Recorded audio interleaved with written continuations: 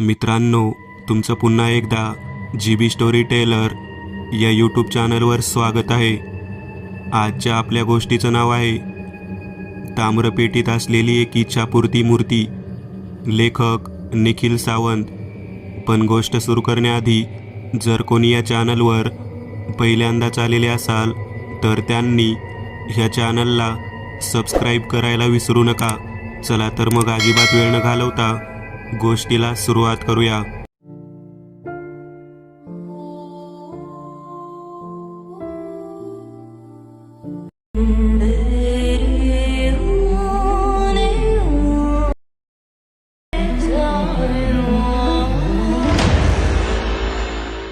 भयान रात्र.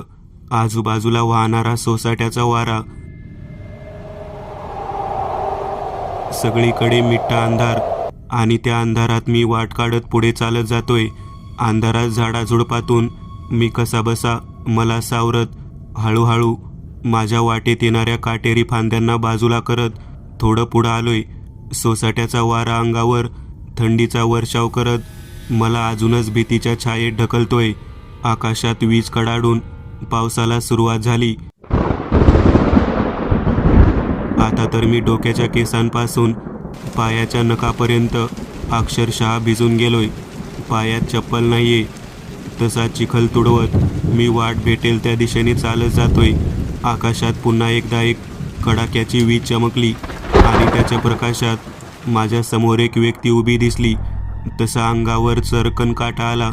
ऐन पावसात अंगामध्ये भीतीची एक लहर उठली. पूर्ण अंग गोठून गेलं. डोक्याला पटका बांधलेली ती व्यक्ती माझ्या समोर उभी होती. एका हातात काठी आणि दुसऱ्या हातात कंदील घेऊन मला इशाऱ्याने त्याच्या मागे यायला सांगितले. अरे पण कोण आहे ही व्यक्ती आणि मी सुद्धा का त्याच्या मागून जातोय?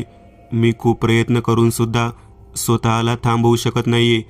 पावसात चिखलात रिपरिप करत मी आणि ती व्यक्ती एका ठिकाणी येऊन पोहोचलो. पण कुठे तेच मला कळत नव्हतं. त्या व्यक्तीने आतापर्यंत मला त्याचा चेहरा दाखवला नव्हता, पण शरीर यष्टीवरून तो एका पैलवानासारखा दिसत होता. अचानक तो एका ठिकाणी थांबला. तसा मी सुद्धा थांबलो.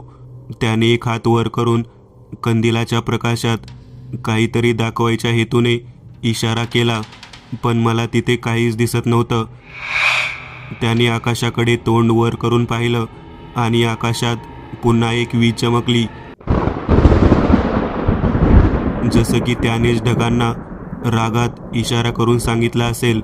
त्या प्रकाशामध्ये मी पाहिलं असता मला दिसलं की मी एका वाड्यासमोर येऊन उभा आहे. पण हा वाडा कुठेतरी पाहिल्यासारखा वाटतोय. अरे हा तर माझ्या मामाचा वाडा आहे. पण मी इथे कसा आलोय काहीच कळायला मार्ग नव्हता. त्याने मला इशाऱ्यानं त्याच्या मागे वाड्याच्या एका बाजूला यायला सांगितलं. तसं मी त्याच्या मागोमाग वाड्याच्या एका बाजूला येऊन थांबलो. तिथं गेल्यावर मला ती व्यक्ती कुठेच दिसत नव्हती.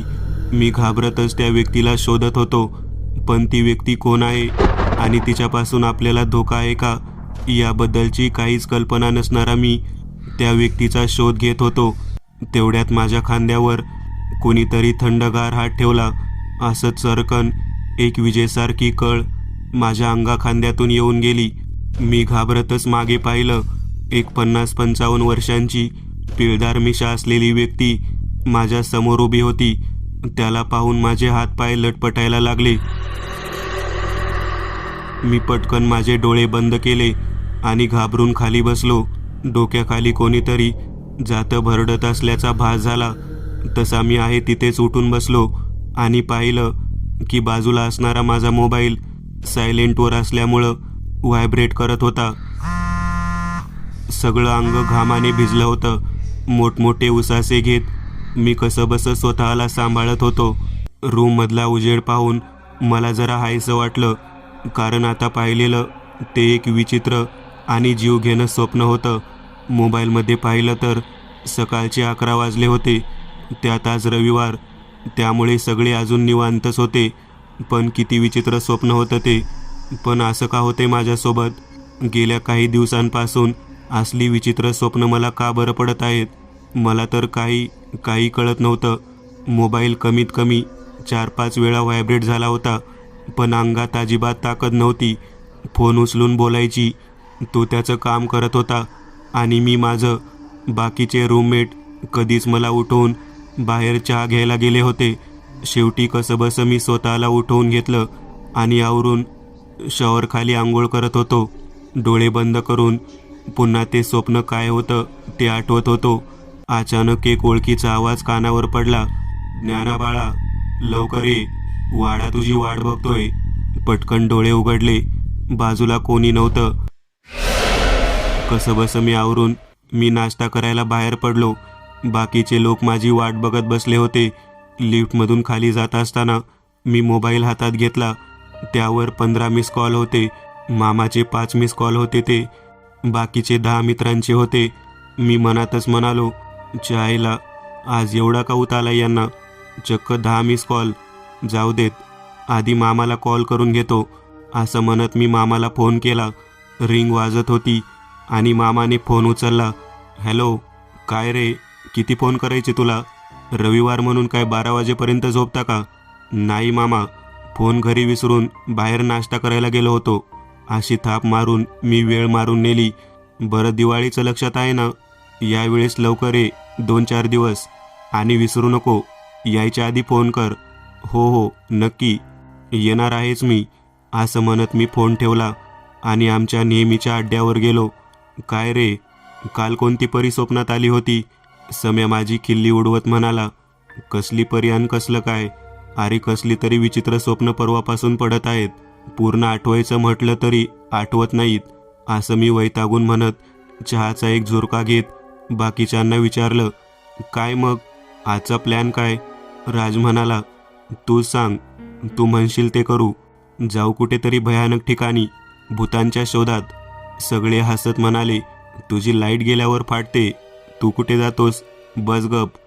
या घटनेला आता जवळपास 1 आठवडा झाला होता. मी मोबाईलमध्ये तारीख पाहिली. अरे आज तर 6 तारीख आणि दिवाळी तर पुढच्या आठवड्यात आहे. चला, गावी जायची वेळ झाली. असं म्हणत मी पुढच्या प्लॅनचं नियोजन मनातल्या मनात करत होतो.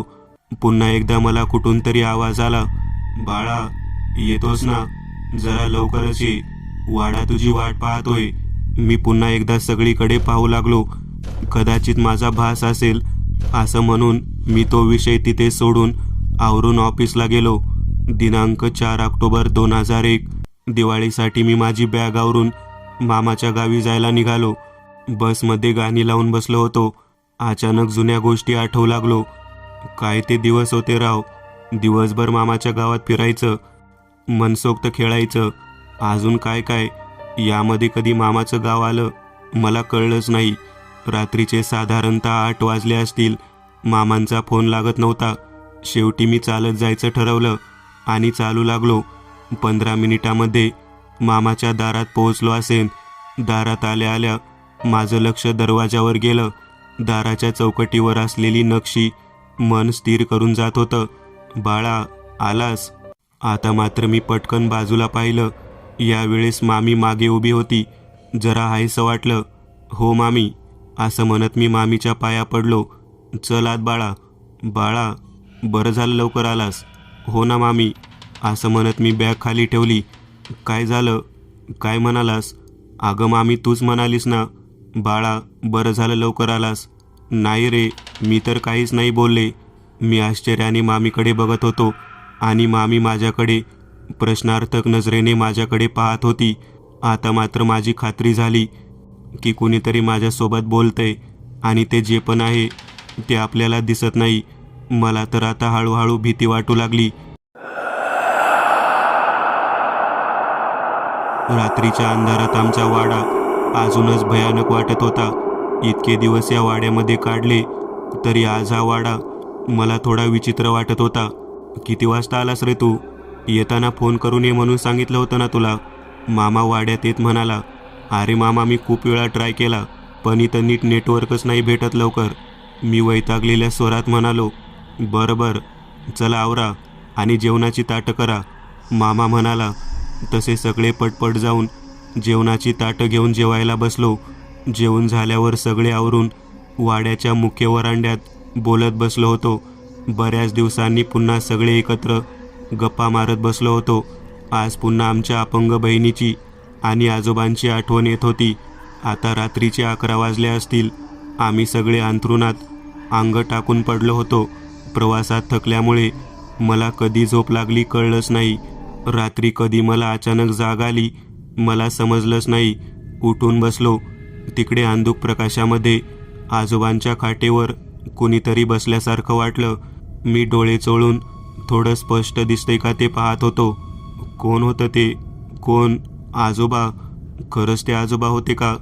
की आजोबांच्या प्रेमापोटी मला त्यांचे भास होत आहेत?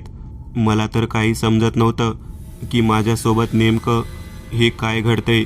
मी पुन्हा झोपायचा प्रयत्न करू लागलो, पण सतत कानावर तेच वाक्य पडत होतं. बाळा, आलास? आता एक काम कर, तळघरात जाऊन तो कागद घेऊन ये, तुला सर्व काही समजेल. सकाळी उठल्यावर मी माझ्या मामांच्या मुलांना काल मला जे स्वप्न पाहिलं ते सांगत होतो. त्यांना सुद्धा तो माझा फक्त एक भास होता असे बोलत होते. तो विषय तिथेच थांबवून आम्ही दिवाळीच्या तयारीला लागलो. वाड्यात असणाऱ्या झोक्यावर बसल्यावर मला समोर असणाऱ्या आमच्या आतापर्यंतच्या पिढ्यांचे फोटो दिसत होते. आता त्यात आजोबांचा फोटोसुद्धा होता, पण बहिणीचा फोटो दिसत नव्हता. खरं तर आज प्रयत्न तिथे आमच्यात मयत झालेल्या कोणत्या स्त्रीचा फोटो नव्हता, म्हणून मी त्याचा जास्त विचार केला नाही. पुन्हा त्या वंशावेळकडे आलो आणि पाहू लागलो. नानोजी, त्यांचा मुलगा चिमाजी, चिमाजींचा मुलगा बयाजी, बयाजी यांना 2 मुले, एक व्यंकोजी आणि दुसरा रानोजी. एक मिनिटे, मागच्या वेळेसुद्धा मला हाच प्रश्न पडला होता की व्यंकोजी यांना सुद्धा एक मुलगा होता, त्यांचा फोटो का बरं नाही यामध्ये? त्यावेळीसुद्धा माझं ते आजोबांना विचारायचं राहून गेलं. आता आजोबा तर हयात नाहीत, मग कोणाला विचारायचं? आज आठवणीने विचारायचं, पण कोणाला? मामीला माहीत असेल का? पण तिला कसं माहीत असणार? मग मामाला? काय सुचत नव्हतं, म्हणून मी आजोबा ज्या खाटेवर झोपायचे तिथे जाऊन पडलो. डोळे बंद करून विचार करत होतो. तेवढ्यात पुन्हा एकदा तोच आवाज कानावर पडला. बाळा, तळघरात जा, तुला तुझ्या सर्व प्रश्नांची उत्तरे भेटतील. मी झटकन उठलो आणि सरळ मामीजवळ गेलो आणि तिला माझ्यासोबत गेल्या काही दिवसांपासून होणारी गोष्ट मामीला सांगू लागलो. तळघरात का बरं जायला सांगितलं असेल? बहुतेक आजोबांना काहीतरी सांगायचं असेल, पण काय? असं म्हणून मामी थोडा विचार करू लागली. बहुतेक काहीतरी आठवायचा प्रयत्न करत होती. अचानक ती बोलली, अरे आता मला थोडं आठवलं. तिथे पाण्याच्या तांब्याजवळ पांढरं काहीतरी होतं, पण ते नक्की काय होतं ते मला आठवत नाही. मामी डोक्याला ताण देऊन आठवत होती, पण तिला काही आठवत नव्हतं. मी मामीला म्हणालो, आपण खाली जाऊन बघूयात का? मामीने माझ्यासमोर हात जोडले आणि म्हणाली, एकदा चुकून गेलो होतो तेव्हा काय झालं होतं ते माहीत आहे ना. आता मी चुकूनसुद्धा तिथे जायची नाही बाबा. मामी घाबरतच म्हणाली, जाऊ देत, आपण मामा आले की बघू, असं ती जाता जाता म्हणाली. मला तर अजिबात राहवत नव्हतं. कधी एकदा मामा येईल आणि त्याला कधी एकदा विचारेन असे झाले होते. संध्याकाळी मामा घरी आला. मामा आल्या मामीने त्यांना चहा दिला. तसा मी मामाच्या जवळ गेलो आणि म्हणालो, मामा, अरे आपण तळघरात जाऊयात का? मामा ताडकन उठला.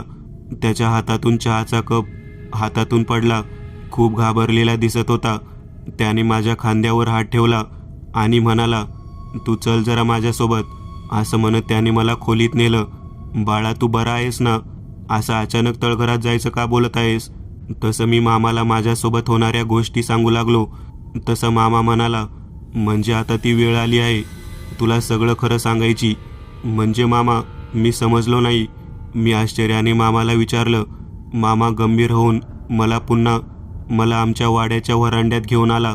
आमच्या समोर आता आमच्या सगळ्या पूर्वजांचे फोटो होते. बाळा, नीट बघ सगळ्यांना, मामा शांतपणे म्हणाला. तसं मी सुद्धा सगळ्यांचे फोटो आणि त्याखाली असणारे त्यांचे नाव वाचू लागलो. नानोजी, चिमाजी, बयाजी आणि नंतर नाव आलं ते म्हणजे व्यंकोजी. मी जसं तोंडातून व्यंकोजी हे नाव घेतलं तसं मामा म्हटला, थांब ज्ञाना, पुन्हा एकदा वाच. व्यंकोजी बयाजी घोरपडे. मी पुन्हा एकदा वाचलं आणि मामाकडे एकटक पाहू लागलो. मामा म्हणाले, तू यांचा वारस आहेस काय? मला तर काहीच कळत नव्हतं. होय बाळा, व्यंकोजी घोरपडे म्हणजे तुझे पणजोबा, रायाजी घोरपडे हे तुझे आजोबा, पण त्यांना देशमुखांनी दत्तक घेतलं होतं. म्हणजे रायाजी देशमुख हे तुझे आजोबा, त्यानंतर तुझे वडील दादोजी देशमुख, आणि बाळा त्यानंतर तू ज्ञानदेव देशमुख. तुझे वडील एका विचित्र आजाराने वारले, पण तुला याबद्दल सांगू नये म्हणून आम्ही सगळ्यांनी तुला सांगितलं होतं की तुझे बाबा एका अपघातात वारले म्हणून. आणि तुझ्या आईने सुद्धा आम्हाला तुझ्या वडिलांबद्दल सत्य सांगू नका असं सांगितलं होतं. म्हणून आजपर्यंत मी किंवा आबांनी तुला काही सांगितलं नव्हतं. मला आता तर काही कळत नव्हतं. फक्त वडिलांच्या आठवणीने डोळ्यात अश्रू अलगद गालावरून ओघळत होते. कसेबसे मी त्यांना आवर घातले, पण मामाला म्हणालो, म्हणजे तू मामा नसून माझा काका आहेस तर? होय बाळा, पण तू मला मामाच म्हण, तेच मला आवडेल. आता वेगळीच नाती आमच्यामध्ये वळण घेत होती. पण मामा मला एक कळत नाही, हे असं सत्य लपवून नक्की काय भेटणार होतं, किंवा त्यामागचं कारण काय असेल, आणि मला पडणारी स्वप्न नक्की काय दाखवत असतील. मरताना आजोबा मला जवळ बोलावून काय सांगायचा प्रयत्न करत होते, आणि त्या तळघरात असं नक्की काय आहे जे आजोबा मला स्वप्नात येऊन सांगत आहेत. असं बोलून मी प्रश्नार्थक नजरेने मामाकडे पाहू लागलो. तसं मामा म्हणाला, ज्ञाना बाळा, कदाचित या सगळ्या प्रश्नांची उत्तरे आपल्याला त्या तळघरात सापडतील. आपण एक काम करू, फक्त तू आणि मी त्या तळघरात जाऊन पाहू की आपल्याला काय भेटतं का तिथे. आम्ही दोघे 2 मशाली घेऊन तळघरात गेलो. सगळीकडे खूप शोधलं, एकाने एक कोपरा पिंजून काढला, पण आम्हाला काही भेटत नव्हतं. शेवटी आम्ही त्या खोलीत जायचं ठरवलं, ज्या खोलीत मामी मागच्या वेळेस गेली होती आणि तिच्यावर तो भयानक प्रसंग ओढवला होता. आम्ही जवळ असलेल्या कुदळ्याच्या साह्याने ती बंद केलेली भिंत उकरू लागलो. एक एक घाव तिथे असणाऱ्या शांततेला भंग करत होता. हळूहळू आम्ही दोघं आत जाता येईल इतकी भिंत पोखरून काढली आणि कंदील घेऊन त्या खोलीत प्रवेश केला. आज पहिल्यांदाच मी आणि मामाने ती खोली आतून पाहिली होती. आत एक लाकडी पलंग, जवळच असलेल्या एका लाकडी खुर्चीवर एक पितळी पाण्याचा तांब्या, पलंगाला लागून असलेल्या भिंतीवर एक लाकडी खुंटीवर अडकवलेलं एक कापड जे आता पूर्णपणे जीर्ण झालं होतं. सगळीकडे कोष्टाच्या जाळ्यांनी ती खोली भरून गेली होती. कंदिलाच्या प्रकाशात ती खोली अजूनच भीतीदायक वाटत होती. हळूहळू तिथल्या वातावरणात कमालीचा गारठा जाणवू लागला. अचानक झालेल्या या बदलामुळे आम्ही दोघं सुद्धा खूप घाबरून गेलो होतो. मामा मला आता माझ्या हाताला धरून बाहेर जायचा इशारा करू लागला, पण मी मात्र तिथे कुठे काय दिसतं का ते पाहत होतो. शेवटी काहीच न भेटल्याने मी निराश होऊन तिथे असलेल्या लाकडी पलंगावर बसलो आणि थकून डोळे बंद केले. डोळे बंद करताच माझ्यासमोर माझी मामी मला समोर दिसली आणि मागच्या वेळचा प्रसंग माझ्या डोळ्यासमोर उभा राहिला. मामी एका भिंतीवर डोकं आपटत होती आणि आपल्या नखांनी भिंतीवर काहीतरी ओरबाडत. तसे खाडकन मी डोळे उघडले आणि समोर असणाऱ्या भिंतीजवळ गेलो. तिथे कंदिलाच्या उजेडात पाहिल्यावर दिसलं की ही तीच भिंत आहे ज्यावर मामीच्या नखांच्या ओरबडण्याचे निशाण आहेत. तसा मी मामाला इशाऱ्याने कुदळ घेऊन येऊन ती भिंत खोदायला सुरुवात केली. हळूहळू खोदत गेल्यावर आम्हाला आत एक भानुशी दिसली. भानुशी म्हणजे जुन्या काळातल्या लोकांची आपले मौल्यवान सामान लपविण्यासाठी बनवलेली एक गुप्त लाकडी पेटी. तसं मी आणि मामा एकमेकांकडे समाधानकारक नजरेने पाहू लागलो. आजूबाजूची माती बाजूला करून आम्ही ती भानुशी बाहेर काढली. मी ती हळूहळू उघडत होतो. इतक्यात धाडकन आमच्या बाजूला असणाऱ्या पितळी तांब्या खाली पडला. तसं मी आणि मामा घाबरून आजूबाजूला पाहू लागलो. तिकडे बघतच मी नकळत ती पेटी उघडली. एक दिव्य प्रकाश आजूबाजूला पसरला. त्या पेटीत एक तेजस्वी सोन्याची मूर्ती होती आणि त्याच पेटीत एका काठीला गुंडाळलेल्या कापडावर, म्हणजे पूर्वीच्या काळात संदेश पाठवण्यासाठी वापरण्यात येणारा खलिता, ज्यावर लाल शाईने लिहिलेला काही मजकूर होता. मी मामाच्या हातात असणाऱ्या कंदिलाच्या उजेडात तो कापड असलेला मजकूर पाहू लागलो, पण ती भाषा मला अजिबात कळत नव्हती. मी मामाला दाखवू लागलो.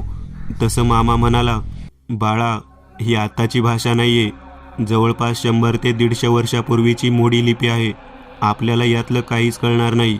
आता मी त्या मूर्तीकडे पाहू लागलो. ती मूर्ती कोणत्या ओळखीच्या देवाची किंवा देवीची वाटत नव्हती.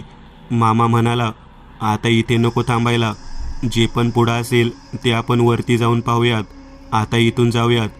तसं मी ती भानुशी बंद केली आणि पुन्हा तो दिव्य प्रकाश त्या भानुशी मागे गायब झाला. आम्ही ती पेटी घेऊन बाहेर येतच होतो तेव्हाच मला माझ्या मागे त्या खोलीत कोणीतरी असल्याचा भास झाला. मी मागे वळून पाहिला असता मला अंधारात एक व्यक्ती दिसली. मी कंदील त्या दिशेला फिरवताच ती व्यक्ती वाऱ्याच्या वेगाने कुठेतरी गायब झाली. वातावरण अजूनच भीतीदायक झालं होतं. कसंबसं आम्ही तळघरातून वाड्यात आलो. मामीला आणि मामांच्या मुलाला ती पेटी आणि त्यात असलेला तो मोडी लिपीत असलेला मजकूर दाखवला. ते पाहून ते दोघंसुद्धा आश्चर्याने त्याकडे पाहू लागले. त्या दिवशी आम्ही त्यावर काहीही चर्चा न करता आम्ही गुपचूप झोपी गेलो. पण मामाला आणि मला अजिबात झोप लागत नव्हती. आम्ही फक्त डोळे मिटून आतापर्यंत झालेल्या गोष्टींचा विचार करत होतो. सकाळी कधी आम्हाला झोप लागली ते कळलंच नाही. कसंबसं उठून मी पहिला ती पेटी नीट आहे का ते पाहून घेतलं. पेटी आणि त्यामध्ये असलेली मूर्ती आणि कापडी मजकूर म्हणजेच तो खलिता सुस्थितीत होता. आता याचं नक्की काय करायचं याचा विचार सगळेजण करत होतो. मामासुद्धा उठला. त्याने एकाला फोन करून काहीतरी विचारून घेतले. तो पुन्हा वाड्यात आला आणि मला पटकन आवरायला सांगितले. तसं आम्ही दोघांवरून मामाची मोठी गाडी घेऊन बाहेर पडलो. जाताना मामाने तो खलिता सोबत घेतला होता. आम्हाला यायला उशीर होईल, तुम्ही आमची वाट पाहू नका आणि त्या पेटीजवळ कोणीही अजिबात जाऊ नका किंवा त्याबद्दल कोणाला काही सांगू नका, अशा कडक भाषेत मामाने घरच्यांना सांगितले. मामाच्या शब्दाबाहेर कोणी जाईल अशी घरात कोणाची टाप नव्हती. मामा, अरे आपण कुठे जात आहोत, जरा नीट सांगशील का? मी मामाला प्रश्न करून मामाच्या उत्तराची वाट बघत होतो. तसं मामा गाडी चालवत मला म्हणाला, जरा शांत बस, मला जरा विचार करू दे. एकतर कालपासून आपल्या वाड्यात काय चाललंय तेच कळत नाही.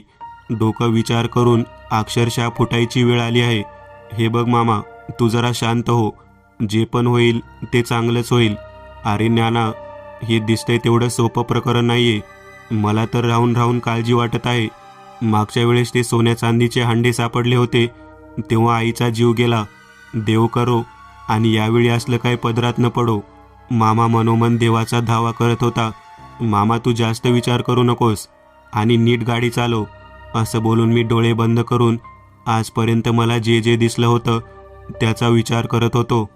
तेवढ्यात मामाने एकदम करकचून ब्रेक मारला. मी तर दचकून जागा झालो. आमची गाडी एका झाडापासून फक्त 1 वीत अंतरावर दूर होती. जवळपास आमची गाडी त्या झाडावर आदळणार होतीच, पण मामाने कशीबशी तिला कंट्रोल केली. मामाचे हातपाय थरथर कापत होते.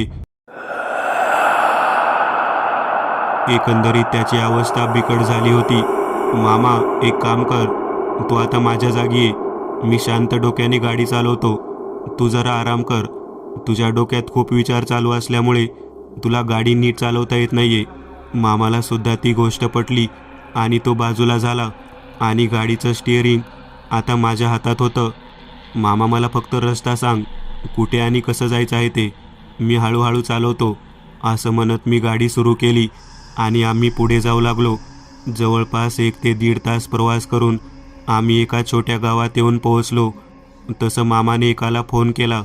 हॅलो रंगा, मी आलोय गावात, तू कुठं आहेस? लवकर गावच्या चौकात ये. मामाने कुठल्या तरी रंगा नावाच्या इसमास फोन केला. जवळपास 5-10 मिनिटात तो रंगा नावाचा इसम आमच्या गाडीजवळ आला. साहेब आलात, माझ्या घरी जाऊन चहा पाणी करून जाऊयात का? रंगा मामाला म्हणाला. नको रंगा, चहा पाणी पुन्हा कधी तर, आता आपल्याला तिकडं जायचं खूप गरजेचं आहे.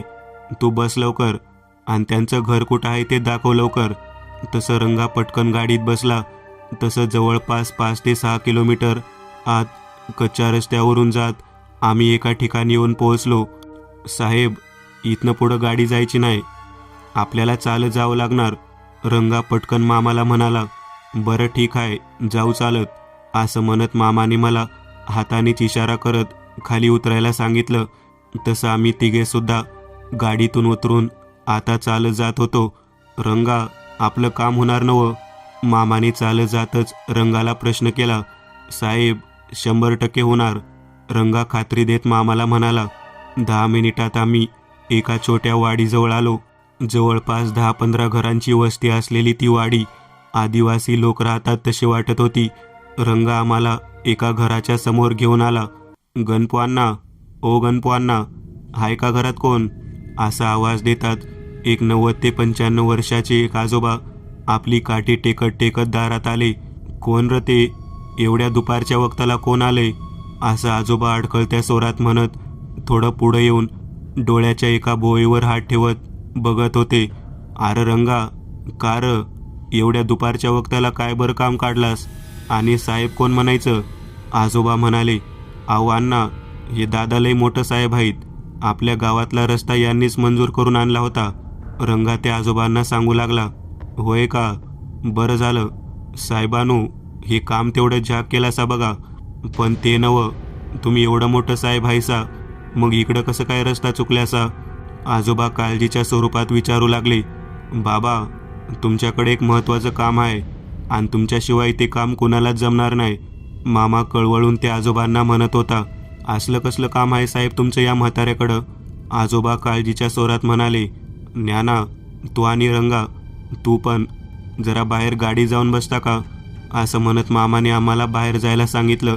मामा त्या आजोबांना म्हणाला, बाबा, माझ्याकडे एक कागद आहे, तो मला जरा वाचवून दाखवता का? कागद? तो आण कसला? मी काय समजलो नाही हो साहेब. आणि तुम्ही एवढी शिकली सवरलेली साहेब माणसं, तुम्ही या म्हाताऱ्याकडून काय वाचून घेणार आहेसा? मामाने त्याच्या जवळचा तो कापडी खलिता काढला आणि त्या बाबांच्या पुढे दाखवला आणि म्हणाला, बाबा, मला यावर काय लिहिलं आहे ते वाचवून दाखवता का? अरे ह्यो तर लई पुराणा मजकूर दिसतोय. तो बी जवळपास 100 वर्षांपूर्वीचा. आणि ह्यो तुम्हाला कुठं भेटला?